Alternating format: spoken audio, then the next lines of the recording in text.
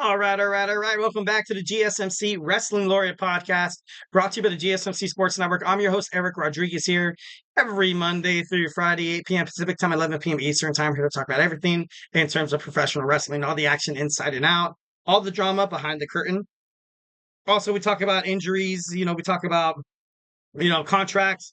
Basically, if it makes wrestling headline news concerning Stardom, New Japan Professional Wrestling, the GCW, the NWA, WWE, of course, AEW, everything, wherever we talk about it here on the GSMC Wrestling Laureate podcast. So yeah, let's go ahead and kind of reiterate what we talked about earlier. We had our WWE SmackDown preview, the last episode on Friday on Fox, which I feel like overall it was a good beneficial relationship for both of the channels, both of the businesses, promotions, both of the businesses. I don't know how want to kind of have that statement, but I think WWE is gonna take a hit.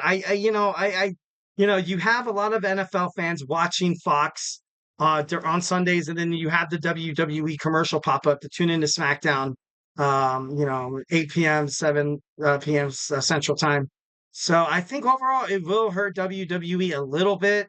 You've seen ratings decrease once when you kind of had Raw move to Sci-Fi. And the USA Network has been broadcasting the WWE for the longest time. So I don't necessarily think it's going to be such a huge hit.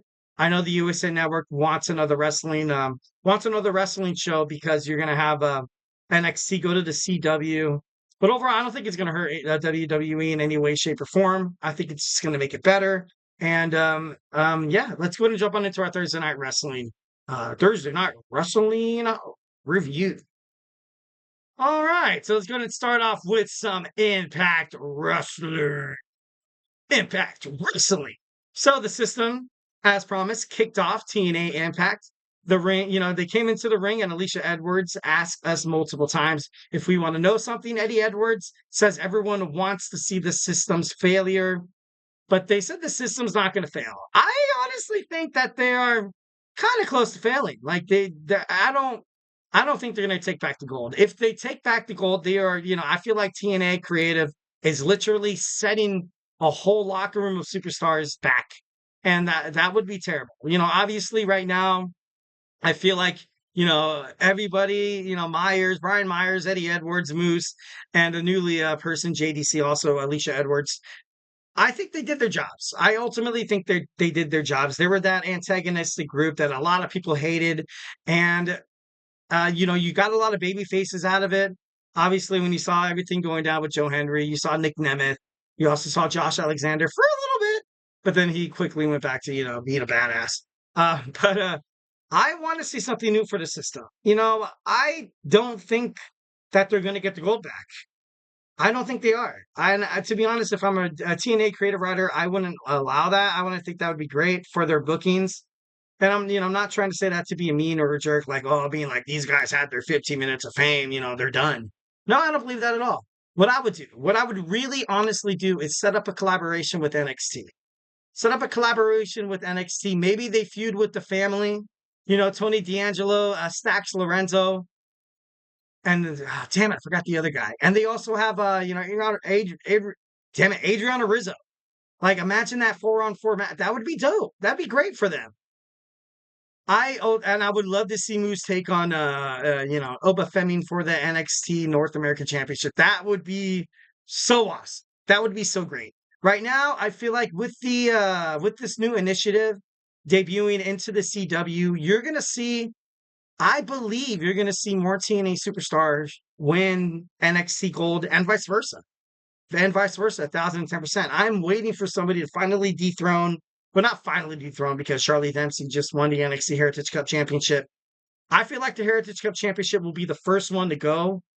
Next, obviously the Rascals have a really good chance to take on Nathan Frazier and Axiom after that short tag team reign with Chase U, which I didn't think was going to happen, but it happened. What's the go against, two of the hottest superstars in TNA, Trey Miguel and Zachary Wentz. They win the tag team gold on NXT because on NXT, there are also two hot superstars. They're on fire right now.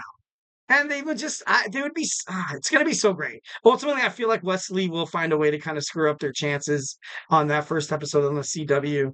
But I don't know. I just feel like, I want to see a cross promotional like brand, like when you see the New Japan Professional Wrestling Strong Champion go on AEW soil, the CMLL, Willow Nightingale, the women's champion on AEW Dynamite Collision and Rampage.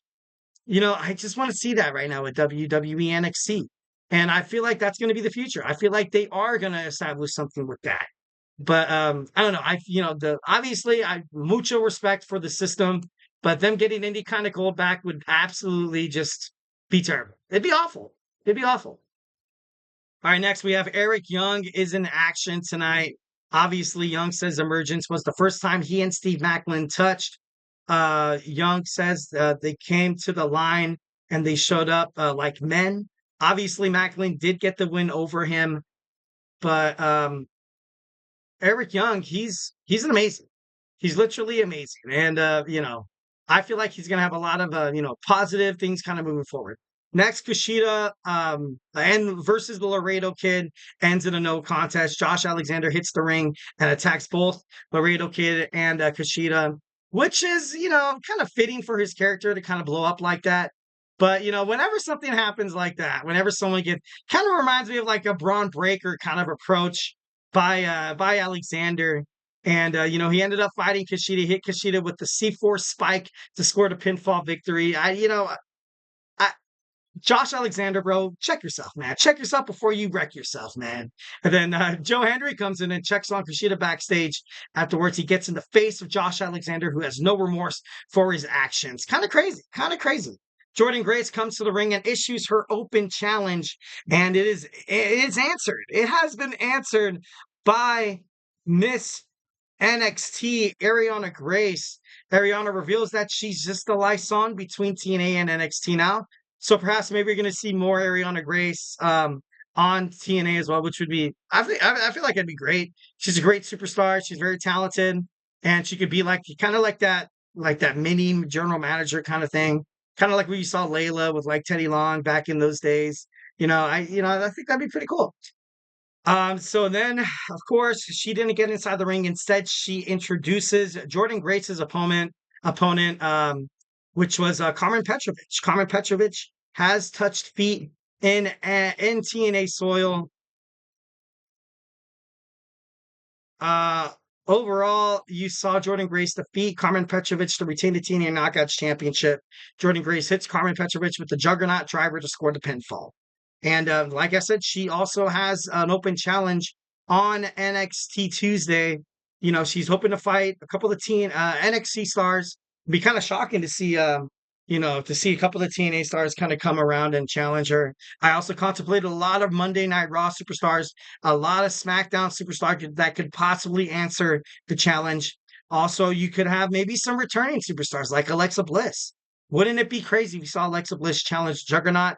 Charlotte Flair, that match would be absolutely monumental. Andre the Giant, Hulk Hogan-esque kind of match. Or Asuka. Asuka is very successful in NXT, and it'd be kind of crazy to see her get her hands dirty with some of the TNA Knockouts best. So, obviously we still don't know who's it going to be. A lot of people are anticipating either Jada Parker or Natalia, which would be great. But I don't know. I just feel like it could be a lot better. It could be a lot better. Newly crowned TNA X Division champion Zachary Wentz comes out to the ring and speaks. Wentz says that fans don't know how much it means to him to be the X Division champion. He's riding on a huge high right now. And it's not like a high where people are like, he doesn't deserve it. He's been within the wrestling circuit for quite some time. He's paid his dues. He literally had a huge win against the longest reigning NXT North American champion, Wes Lee. But I don't think this momentum is going to go anywhere soon. So then you had Speedball Mike Bailey come out to congratulate him with his title win at Emergence. Obviously, the Good Hands come out to bury Speedball Wentz in Kentucky, and they hit the ring and attack both men, which would happen to be like an impromptu tag match. Usually those matches do, it happens. But Zachary Wentz and Speedball Mike Bailey, defeat the Good Hands. We'd love to see those guys kind of go at it, head to head in the future.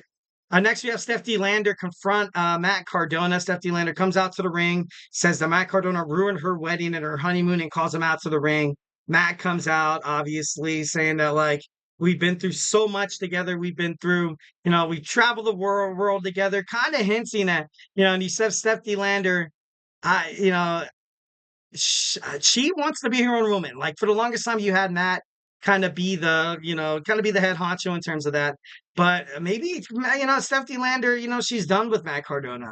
Maybe she wants to have nothing to do with him, and that maybe she's gonna screw him over in in his match against PCO. But for me, I know how professional wrestling works. Then you saw when Stephanie Lander starts to cry, PCO comes out to the ring and makes the save. Cardona hides behind D Lander and runs away. It's like I said, I'm a huge wrestling fan, and I've kind of seen this kind of promo kind of backfire. But overall, I don't know. It's just kind of crazy. Next, you have the Hardys, backstage saying that at TNA Victory Road, they're going to keep a close eye on the TNA World Tag Team Champions, ABC. The ABC is really good right now. They're riding a good momentum. So I wouldn't, the Hardy Boys, they're nostalgic. They're clickbait. When you have any, thumbnail with the Hardy Boys in it, they're going to be like, oh, the Hardy Boys, but we're going to click on it. But I don't want to see them win. I feel like they are past their prime. I'm a huge attitude error kind of guy. Dudley Boys, Jeff Hardy, Matt Hardy, Edge and Christian are like my heart and soul of tag team wrestling. But I just feel like them. I just don't. I don't know. I don't want to see this keep happening because you saw Matt and Jeff Hardy return to WWE. I think it was back in 2016 or 17 when they came back in WrestleMania to win the WWE Tag Team Championships. And there's so many other superstars that could have been promoted, that could have been, could have changed their lives with maybe a different direction in terms of their storyline, character development. Matt and Jeff Hardy right now, and I'm not trying to sound mean, but right now they're just kind of like spotlight hoggers. Like, you know what I mean? Like, and I know that sounds mean, and I love Matt and Jeff Hardy. I love them. But right now, if you're TNA, you don't want to wind up like WCW. Just promoted a whole bunch of just old school wrestling guys. Like, it's cool to do that once in a while. But I don't know. As of right now, don't do it. Eric Young defeated Jake something tonight. Also, it was pretty awesome. Moose and JDC with Alicia Edwards defeated Joe Hendry and Mike Santana, of course, with another rage. Because of the rage monster that is Josh Alexander. Once again, comes in to destroy Joe Hendry's chances at winning, and it kind of sucks. But yeah. All right, next we have Ring of Honor real quick. We rapidly ran out of time. So crazy how fast 12 minutes flew by. We saw Rocky Romero defeat Aaron Sola via pinfall with super sliced bread. Lady Frost makes her Ring of Honor return where she called her shot at a proving ground match for the Ring of Honor Women's Television title that would happen later on tonight. Lee Johnson defeated Nick Camarado, accompanied by Jacoby Watts with the roll up. Paul White interviewed Beef and Anthony Hendry by naming them as part of the Work Horsemen. Hendry said that it was not time without JD Drake before leaving. So we also saw Rachel Ellinger win her match, which is she's a great superstar. I'm happy that they're still kind of building her up despite her loss to Mina Shirakawa. You had Anthony Hendry and Beef defeat Terry Jackie and Jay Lucas. We saw Angelico Sorpretico defeat the Iron Savages. Ring of Honor Women's Television Champion in a proving ground match. You saw Red Velvet defeat Lady Frost. Lance Archer and the Righteous defeated Lights Camera, Faction, Braxton, and Fresco, and Watson with Ice Williams. Diamante defeated Tierra James. You saw Griff Garrison along with, followed by ringside with Maria Kanellis, Bennett. Defeated Angelo Parker, the Premier Athletes. Tony Nese and Aria Davari with Mark Sterling defeated Joe Alonzo, Josiah Jean via pinfall. You also saw John Silver defeat Fuego de Sol. Abaddon defeated Rachel Chanel. Katsuyori Shibata defeated Josh Woods. And in the main event, you had Mina Shirakawa prove why she's one of the best wrestlers in the world, defeating Taya Valkyrie. So, a lot of good stuff on Ring of Honor, a lot of good stuff happening on TNA. So make sure you tune into those shows whenever you got a moment. All right. So in our third segment, we have wrestling power rankings on a Friday. On a Friday. It's Friday. Got to get down on Friday. Next Friday's actually be Friday the 13th. Would be kind of cool to have like a little, horror movie, maybe, theme to it, this podcast. That would be pretty crazy. I'm just kidding. No. Overall, we're gonna talk about the top 10 men in professional wrestling, AEW, NWA, Ring of Honor, TNA, WWE, NXT. We're going to talk about it here. So, hey, do not go anywhere.